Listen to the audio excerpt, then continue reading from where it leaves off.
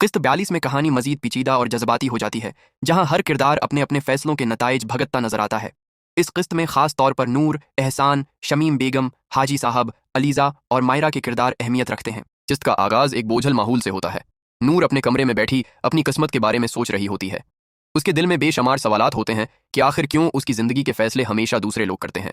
दूसरी तरफ शमीम बेगम मुसलसल फिक्र में मुब्तला होती हैं कि कहीं कोई मसला न खड़ा हो जाए, जबकि हाजी साहब अपनी इज्जत और खानदान की साख को लेकर परेशान नजर आते हैं। इधर एहसान की कहानी भी साथ साथ चलती है।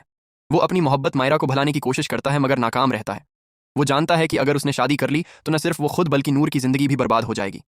यही सोच उसे एक मुश्किल मगर बड़ा फैसला लेने पर मजबूर करती है। जैसे ही शादी की तकरीब शुरू होती है, हर तरफ खुशी का समा होता है, लेकिन ये खुशी ज्यादा देर कायम नहीं रहती।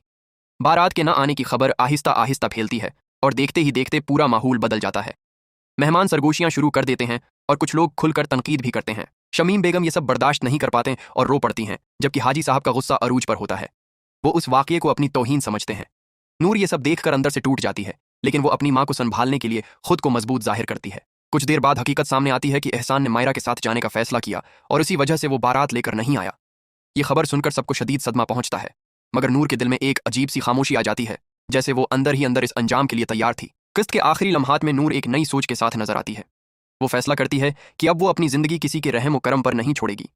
अलीजा उसके साथ खड़ी होती है और उसे हौसला देती है कि वो अपने ख्वाबों के लिए लड़े। ये किस्त इस बात को जाहिर करती है कि जबरदस्ती के रिश्ते कभी कामयाब नहीं होते।